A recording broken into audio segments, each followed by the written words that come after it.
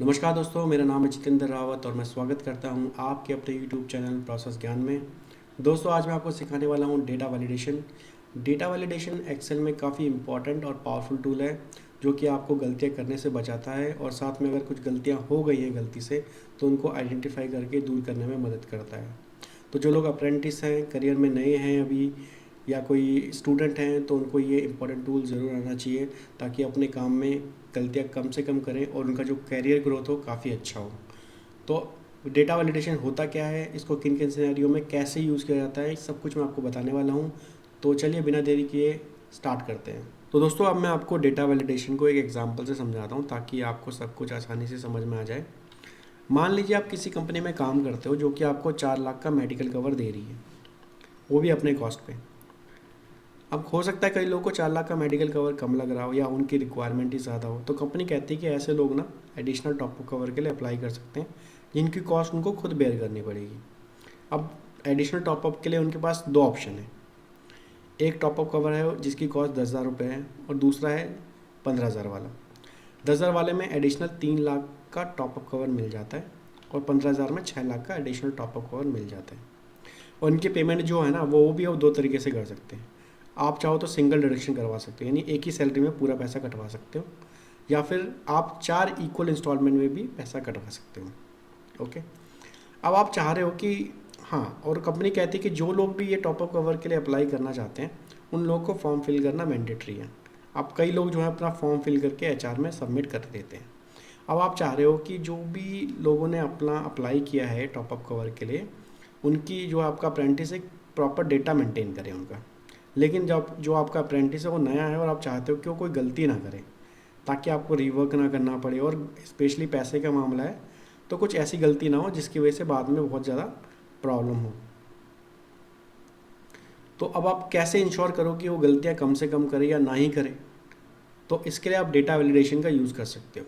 ठीक है, आप कैसे यूज़ करोगे मैं आपको पूरा बताने वाला हूँ। अब ध्यान से आप पूरा वीडियो देखिए। तो दोस्तों, जैसा कि आप देख पा रहे होंगे, मैंने एक बेसिक सा ट्रैकर जो है वो बना लिया है और ट्रैकर के अंदर जो है हेडिंग्स हैं, serial number, name of the employee जिन्होंने अप्लाई किया है टॉपअप के लिए, उनका डेट ऑफ बर्थ, टॉपअप का अमाउंट और डिडक्शंस कैसे होने वाली है, सिंगल ईएमआई में होने वाली है या फिर 4 इक्वल इंस्टॉलमेंट में होगी, ये डेटा अपने को फीड करना है। ठीक है। अब नेम में क्या गलती हो सकती है? नेम में ये गलती हो सकती है कि जो अप्रेंटिस है आपका स्पेलिंग मिस्टेक कर जाए या ऐसा कोई नेम एंटर कर दे जो कि आपका एम्प्लॉय है ही नहीं।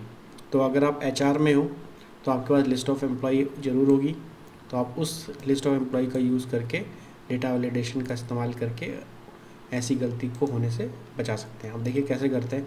मान लीजिए इस सेल में मैं डेटा वैलिडेशन लगाता हूँ, तो मैं जाऊँगा डेटा के अंदर, डेटा में जाऊँगा डेटा वैलिडेशन। डेटा वैलिडेशन में भी 3 ऑप्शन आते हैं, मैं फर्स्ट वाला यूज़ करूँगा डेटा वैलिडेशन। डेटा वैलिडेशन में क्राइटेरियाज बहुत सारे हैं, तो मैं फर्स्ट क्राइटेरिया जो है लिस्ट वाला यूज़ करता हूँ। लिस्ट में मैं आपको उनको एम्प्लॉयज़ की लिस्ट दे देता हूँ। ठीक है, तो मेरी एम्प्लॉय की लिस्ट ये है, मैं इसको सिलेक्ट करके ओके एंटर करता हूँ। एंटर करने के बाद मैं इसे ओके कर देता हूँ। तो आप देख पा रहे होंगे मेरे ड्रॉप डाउन मेन्यू आ गया और यहाँ पे सारे एम्प्लॉयज़ की लिस्ट आ गई है। ठीक है, अब जिसका भी फॉर्म आएगा मैं वो सिलेक्ट कर लूँगा। ठीक है, मान लीजिए मेरे पास आ गया मनीष का फॉर्म, तो मैं मनीष को सिलेक्ट कर लूँगा। ठीक है, अभी के मैं इसे डिलीट करता हूँ। अब मैं बताता हूँ कि अगर आपको इस डेटा वैलिडेशन को बाकी सेल्स पर अप्लाई करना है तो आपको कुछ ज़्यादा कुछ करना नहीं, सिंपल सा यहाँ पे प्लस का साइन आएगा और इसको यहाँ तक ड्रैग कर देना है। तो अब जिसका भी फॉर्म आएगा वहाँ उस ड्रॉप डाउन से उसका नेम जो है आप सिलेक्ट करके एंटर कर सकते हैं। ठीक है, विकल्प का आया, मनीष का आया, देन अनिल का आया, देन नवीन का आया, देन जितेंद्र का आया। ओके, तो लाइक दिस। तो दोस्तों, जैसे हमारा थर्ड कॉलम है डेट ऑफ बर्थ का, तो यहाँ पे हम डेटा वैलिडेशन की काफ़ी सारी कंडीशंस यहाँ पे लगा सकते हैं, जिसमें से एक एग्जांपल मैं आपको बताता हूँ। ये मेरा रूल है, मेडिक्लेम का रूल है कि कोई भी डेट ऑफ बर्थ यानी कोई भी पर्सन जो कि 1 अप्रैल 1992 से पहले पैदा हुआ हो वो मेडिक्लेम नहीं ले सकता, यानी उसकी एंट्री यहाँ पे नहीं होनी चाहिए। ठीक है, तो मैं कैसे यूज़ करता हूँ उसका डेटा वैलिडेशन कैसे लगाता हूँ, मैं सेल को सिलेक्ट करता हूँ, डेटा में जाता हूँ, डेटा में डेटा वैलिडेशन में जाता हूँ और डेटा वैलिडेशन में फिर दोबारा डेटा वैलिडेशन में जाता हूँ। वैलिडेशन क्राइटेरिया में मैं सेलेक्ट करता हूँ डेट, और डेट में मैं करता हूँ कि शुड नॉट बी, जो डेट होनी चाहिए ग्रेटर देन और इक्वल टू, किस डेट की होनी चाहिए, 01/04/1992, इससे इसके बाद या इस ये वाली या ये इसके बाद की होनी चाहिए, ठीक है। तो ये मैंने लगा दिया है। अब एग्जांपल देखिए आप, जैसे मान लीजिए अब आप 01/04/1992 यहाँ एंटर करते तो ये ले लेगा, ये इसके बाद की कोई भी डेट ले लेगा, 02/04/1992, या फिर मान लो 01/01/2000 भी ले लेगा। लेकिन ये 1 अप्रैल 1992 से पहले की कोई डेट नहीं लेगा। मान लो ये 31/3/1992 नहीं लेगा। क्यों? क्योंकि हमने कंडीशन लगा रखी है ऑलरेडी, ठीक है। आप चाहें तो इस कंडीशन को हम नीचे तक कॉपी कर सकते हैं। और अगर इसमें एक चीज़ और है, जैसे डेटा वैलिडेशन में आप गए दोबारा से, अब किसी को क्या पता कि आपने क्या कंडीशन लगाई है, वो डेटा एंटर करता रहेगा, उसको समझ ही नहीं आएगा कि बार बार रिजेक्ट क्यों हो रहा है। तो इसलिए बेटर है कि आप एक इनपुट मैसेज उसके लिए रेडी रखें, और इनपुट मैसेज वही सेम होगा, date of birth should not be before 01/04/1992। Short form में डाल देता हूँ, इतना लेगा नहीं,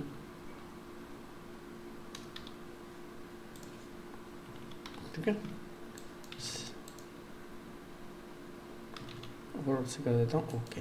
तो देखिए होगा क्या कि जब बंदा कोई एंटर करने लगेगा तो उसको पहले ही पता चल जाएगा कि भाई मेरे को करना क्या है एक्चुअल में, ठीक है। तो मैं इसको पूरा नीचे तक कॉपी कर लेता हूँ। अब आप किसी भी सेल में जाओगे तो ये पहले ही बता देगा कि आपको करना क्या है, कि इसमें क्या कंडीशन लगी हुई है वैलिडेशन, कि इसमें वैलिडेशन की कौन सी कंडीशन लगी हुई है, ठीक है। अब मान लीजिए मैं डाल देता हूँ 01/05/1992, ठीक है, या ऐसी कोई कंडीशन डाल देता हूँ जो भी है इसके बाद की कोई कंडीशन। तो ये सब एंटर हो गई। अब मुझे सिमिलरली टॉपअप डालना है। टॉपअप हमारे पास दो ही टाइप के, एक 10,000 वाला, एक 15,000 वाला। तो यहाँ पे हम सिमिलरली जो कि हमने बी कॉलम में यूज़ किया था लिस्ट वाला, वो यहाँ पे यूज़ करेंगे। तो यहाँ पे हम जाएंगे डेटा में, जाएंगे डेटा में, हम जाएंगे डेटा वैलिडेशन में, डेटा वैलिडेशन। उसके बाद हम सेटिंग में जाएंगे, और सेटिंग में हम लिस्ट व्यू सेलेक्ट करेंगे। तो लिस्ट में जाएंगे, लिस्ट में जाने के बाद हम कौन सी लिस्ट चाहिए अपने को, ये लिस्ट चाहिए, उसको ओके करेंगे और देन एंटर करेंगे। तो यहाँ पे अब आ गया दोनों ऑप्शन कि 10,000 वाला सेलेक्ट करना है या 15,000 वाला सेलेक्ट करना है। देखिए तो इसमें गलती कोई चांसेस नहीं होंगे, इसमें से इसके पास सिर्फ दो ही ऑप्शन रहेंगे, या तो ये या तो ये, ठीक है। तो मान लीजिए 10 वाला करता है, ठीक है, और ये मैं पूरी नीचे तक कॉपी कर लेता हूँ, ठीक है। अभी सब कॉपी हो गया क्योंकि ऑलरेडी ऊपर वाला कॉपी किया था मैंने। मान लो ये 15 वाला करता है, ये 10 वाला करता है, ये भी 10 वाला करता है, ये 15,000 वाला करता है, ठीक है। नाउ सिमिलरली डिडक्शन में भी लिस्ट व्यू का ही, लिस्ट वाला जो हमारा डेटा वैलिडेशन है वो यूज़ करेंगे।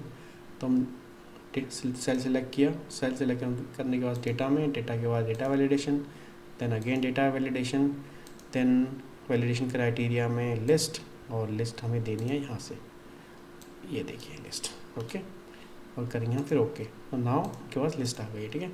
ये हम पूरे नीचे तक कॉपी कर लेते हैं वैलिडेशन कंडीशन। मान लो ये, ओह सॉरी गलत हो गया। नाउ हमारा जो 5th कॉलम है वो है डिडक्शन से रिलेटेड। डिडक्शंस यानी सिंगल डिडक्शन रहेगी या 4 इक्वल EMI में डिडक्शन होगी, ठीक है। इसमें भी हम सेम लिस्ट वाला जो वैलिडेशन कंडीशन है उसका यूज़ करेंगे। तो हम जाएंगे डेटा में, data then data validation, then again data validation, and then list, and then we will share the list of deductions. तो डिडक्शन का ये 2 लिस्ट है, ओके, ये 2 मैंने इनको दे दिए यहाँ से। Enter, then enter. तो नाउ यू कैन सी दोनों डिडक्शन की दोनों कंडीशंस आ गए हैं यहाँ पे, ठीक है। इसको मैं पूरा नीचे तक कॉपी कर लेता हूँ, ठीक है, ताकि हमें बार बार वैलिडेशन कंडीशन ना लगानी पड़े। अब देखिए deduction, single deduction, 4 EMI deduction, 4 EMI deduction, 4 EMI deduction, single deduction. तो नाउ दिस वे जो भी अप्रेंटिस है वो अपनी एंट्री करेगा और इसमें गलती होने के चांसेस 0 हो जाएंगे, ओके। इसमें इसके अलावा बहुत सारी और भी कंडीशन है, जैसे कि डेटा वैलिडेशन में जब आप चाहेंगे देन डेटा वैलिडेशन, तो डेटा वैलिडेशन में ही आपके पास होल नंबर, यानी कोई भी नंबर, फॉर एग्जांपल ये सेल है, मान लीजिए ये सेल है, ठीक है, काउंट आता है। तो काउंट जो है, मान लो हम इसमें डेटा वैलिडेशन की कंडीशन लगाते हैं कि कोई भी होल नंबर हो सकता है। होल नंबर जो है यानी 0 से लेके इन्फिनिटी तक कोई भी नंबर, तो उसमें कंडीशन लगा सकते हैं कि भाई वो 1 से लेके फॉर एग्जांपल मिनिमम 1 होना चाहिए और मैक्सिमम 10 तक हो सकता है, यानी 1 से 10 के बीच में हो सकता है कोई नंबर। तो यहाँ पे मैंने कंडीशन लगाई थी, तो यहाँ पे 1 डालूंगा तो आ जाएगा, लेकिन 0 डालूंगा तो नहीं आएगा, ठीक है। 2 डालूंगा तो भी आ जाएगा, 3 डालूंगा आ जाएगा, 5 डालूंगा तो आ जाएगा, 10 डालूंगा तो भी आ जाएगा, लेकिन 11 नहीं आएगा, क्योंकि मैंने 1 से 10 की कंडीशन लगा रखी है। अब क्योंकि होल नंबर है तो इसमें हो सकता है कि 1 से लेकर 10 के बीच में ही वो वैल्यू हो, बट फिर भी ना ले। वो क्यों नहीं लेगा? क्योंकि फॉर एग्जांपल 1.5 है तो 1 से लेकर 10 के बीच में वैल्यू, लेकिन ये डेसिमल में इसलिए, and this is not a whole number, तो ये नहीं लेगा इसको, देखिए ये अलाउ नहीं करेगा इसको। तो इसके लिए आपको क्या करना पड़ेगा? आपको दोबारा डेटा में जाना पड़ेगा, डेटा में जाके आपको data validation, then again data validation, और यहाँ पे होल नंबर की जगह डेसिमल सेलेक्ट करना पड़ेगा, और देन अगेन 1 से लेकर 10 की आपने उसको रेंज दे दी, एंड देन ओके। तो आप देखिए, आप 1 करेंगे तो भी ले लेगा, 1.5 करेंगे तो भी ले लेगा, 9.5 लेंगे तो भी ले लेगा, और 10 करेंगे तो भी ले लेगा, लेकिन 10 से ऊपर नहीं लेगा, देखिए, ठीक है। तो ये आप डेसिमल वाला भी इस तरीके से यूज़ कर सकते हैं। अब इसके बाद और भी इसमें कंडीशन है, लाइक डेसिमल के अलावा लिस्ट आपने यूज़ कर ही लिया, डेट वाला भी आपने यूज़ कर लिया है, टाइम का भी आप यूज़ कर सकते हैं कि मान लीजिए 15 यानी 3 बजे से लेके 7 बजे के बीच में ही टाइम होना चाहिए, ठीक है। और अप्लाई कर देंगे, तो मान लीजिए मैं 15-10 कर सकता हूँ, लेकिन 2-10 नहीं कर सकता, ठीक है ना। और सिमिलरली मैं कर सकता हूँ इसमें 17-10 कर सकता हूँ,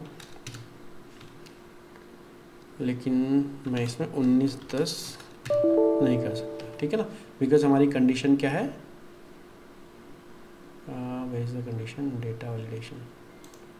देखिए हमारी कंडीशन क्या है कि 3 बजे से लेके 7 बजे के बीच का टाइम ही अपने को लेना है। 3 बजे से 7 बजे का मतलब है कि आप 3 बजे भी ले सकते हैं और 7 बजे वाला टाइम भी ले सकते हैं, इसको भी इंक्लूड कर सकते हैं, लेकिन होना 3 बजे या फिर 3-7 बजे के बीच में होना चाहिए, ठीक है। तो ऐसी और भी कंडीशन शायद इसमें है, टाइम का हो गया, टेक्स्ट की लेंथ का भी ले सकते हैं हम लोग। मान लीजिए आप ये चाह रहे हैं कि यहाँ पे जो लेंथ हो वो 6 से लेके 10 के बीच में, ठीक है। तो जैसे मान लीजिए अनिल है, ANIL, क्या इसे लेगा? नहीं लेगा, क्योंकि इसमें कितने ही करेक्टर है, 4 करेक्टर है, तो इसे अलाउ ही नहीं करेगा, ठीक है। सिमिलरली अगर आप चाह रहे हो अनिल के अलावा मनीष को लेगा? जी हाँ, मनीष को ले लेगा, क्योंकि ये 6 करेक्टर्स में है, ठीक है, 6 से 10 के बीच में ही लेगा। मान लो वंश करता हूँ, तो वंश लेगा कि नहीं लेगा? जी नहीं लेगा, क्योंकि इसमें 5 ही करेक्टर है। तो इस तरीके से भी आप डाल सकते हो, ठीक है। तो यार इसमें एक चीज़ और है, डेटा में, डेटा वैलिडेशन में जाएंगे अपन लोग। डेटा वैलिडेशन में एक तो इनपुट मैसेज होता है कि कैरेक्टर जो है, कैरेक्टर शुड बी 6 to 10, ठीक है, 6 से 10 के बीच में होना चाहिए। एक तो ये पहले बता देगा आपको, ठीक है, यहाँ पे एंटर करने से। एक तो ये चीज़ होती है। दूसरी चीज़ ये होती है कि, और अगर हम जैसे मान लो मैंने बताया कि अनिल यूज़ करेंगे तो एंटर नहीं करने देगा, लेकिन इसमें एक चीज़ और है, कई बार ये हम नहीं चाहते कि बिल्कुल हार्ड स्टॉप ही लग जाए, हम चाहते हैं कि अगर ज़रूरी हो तो एंटर भी कर सके बंदा। तो इसमें मैं एरर अलर्ट में भी बहुत टाइप होते हैं, एक होता है हार्ड स्टॉप, एक होता है वार्निंग, और एक होता है सिर्फ इन्फॉर्मेशन, ठीक है। तो अभी हमें क्या, जैसे फॉर एग्जांपल स्टॉप तो हमने यूज़ किया, कर ही लिया है, लेकिन हम वार्निंग करते हैं, तो वार्निंग भी हम सेम चीज़ डालेंगे, कैरेक्टर शुड बी 6 to 10, ठीक है। लेकिन ये हमें रोकेगा नहीं, सिर्फ एक बार वार्निंग देगा। ये साइन होता है, वार्निंग का साइन होता है। तो मान लो हम अनिल एंटर करते हैं, तो हमसे पूछेगा भाई क्या श्योर कि आप ये अनिल को एंटर करना चाहते हैं, क्योंकि ये 6 से कम का है। तो हम यस कर देंगे तो ये अलाउ कर देगा, हमें अनिल को एंटर करने देगा, ठीक है। तो इस तरीके से हम पूरा डेटा वैलिडेशन को यूज़ कर सकते हैं और ये काफ़ी यूज़फुल है, स्पेशली जो नए लोग हैं, न्यू जॉइनीज़ हैं, ट्रेनिंग कर रहे हैं जो लोग, अप्रेंटिस हैं, तो उनके लिए काफ़ी यूज़फुल है और ये चीज़ें उनको रेगुलर बेस पे लर्न करनी चाहिए। सो आई होप आपको ये अच्छा लगा होगा। So please like, share and subscribe my channel. Thank you.